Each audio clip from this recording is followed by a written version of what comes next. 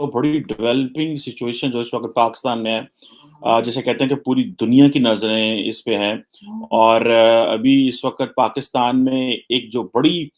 जैसे आप कह लें कि खबर है और वो ये है कि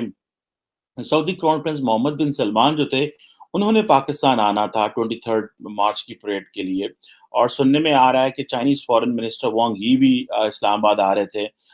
ये परेड देखने के लिए। एक तो वो ज़ाहिर बात है जेट-एंड-सी के हवाले से। मैं तो समझता हूँ कि ये शायद हमारे लीडरान ने भी और हुकूमत ने अपनी डोमेस्टिक लेजिटिमेसी हासिल करने के लिए ये एक नया तौर अपनाया है कि हम जो इस तरह के बड़े दिन हैं, वहाँ पे फॉरेन लीडर्स को बुलाएँ और बताएँ कि जी हमारे साथ इंटरनेशनल सपोर्ट हासिल है।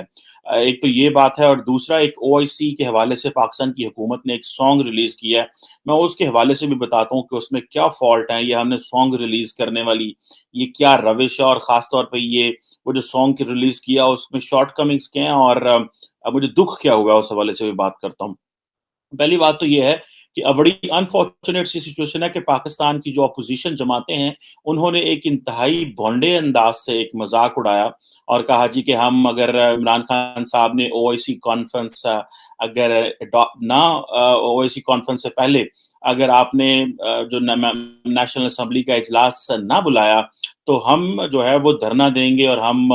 असेंबली के अंदर ही बैठ जाएँगे और हम ओआईसी का इजलास भी नहीं होने देंगे, सो एंड सो। तो जिसको ज़ाहिर बात है वो एक इंटरनेशनल हेडलाइंस बनी कि इमरान खान की जो पोज़ीशन है वो इतनी कमज़ोर हो चुकी है कि अपोज़िशन जमातें जो हैं वो इमरान खान साहब को जो ओआईसी के फॉरेन मिनिस्टर्स आए होंगे, उनको भी नहीं जो है वो अलाउ करने देंगे कि वो अपना इजलास कर सकें। सो इमरान खान साहब के लिए जिसे कहते हैं ना कि एक प्राइम मिनिस्टर की अपनी लेजिटिमेसी खो गई। इससे पहले कुछ अर्सा पहले आर्मी चीफ जनरल बाजवा की भी स्टेटमेंट आई कि ओआईसी को डेलीगेट्स को जो है वो प्रॉपर सिक्योरिटी दी जाए। मेरा ख्याल है वो इसीलिए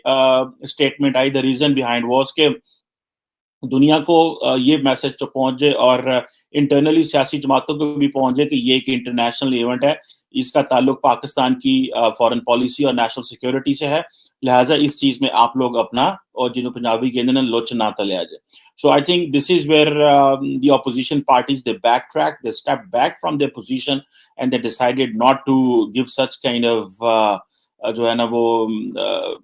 थ्रेट्स टू द गवर्नमेंट। सो मेरा ख्याल है कि ये एक तो ये चीज़ हो गई। अब जो क्राउन प्रिंस मोहम्मद बिन सलमान का विज़िट है, इसका मिस होना, कैंसल होना it shows it has significance. हुआ ये है कि प्राइम मिनिस्टर इमरान खान की जो जमात है, उन्होंने क्या किया, उन्होंने ये शोर डाल दिया आज जनाब कि ये पाकिस्तान के अंदर जो है वो जो इस्लामिक ममालिक के फॉरेन मिनिस्टर्स आ रहे हैं, ये फॉरेन मिनिस्टर जो हैं, ये कोई डील करेंगे अपोज़िशन जमातों के साथ। जैसे कि फॉर एग्ज़ाम्पल सुनने में आया कि जी तुर्की के फॉरेन मिनिस्टर से कोई बात होगी या किसी और से बात होगी। तो ये एक तो मैं इसको इंतहाई शर्मनाक चीज़ समझता हूँ कि ये चीज़ें कहने की क्या ज़रूरत है। ठीक है तुर्की के साथ हो या सऊदी अरब या यूएई के साथ हमारे अच्छे ताल्लुकात हैं, पर इसका मतलब ये तो नहीं है कि हमारी सियासी जमातें जो हैं वो और मुल्कों के पास चले जाएँ। ये माज़ी के ज़माने बदल गए हैं। अब अपने ग्रो अप हो जाएँ। वो ज़माना नहीं है कि अमेरिकी किसी एम्बेसडर का फ़ोन आता था, तो अब सारा कुछ जो है वो करते रहते थे। बल्कि मैं किसी शख्स को मिला यहाँ पे अमेरिका में तो उन्होंने बताया कि वो यहाँ पे पाकिस्तान के साबिक सफ़ीर रह चुके हैं, अमेरिका के साबिक सफ़ीर पाकिस्तान में रह चुके हैं। तो उन्होंने कहा यार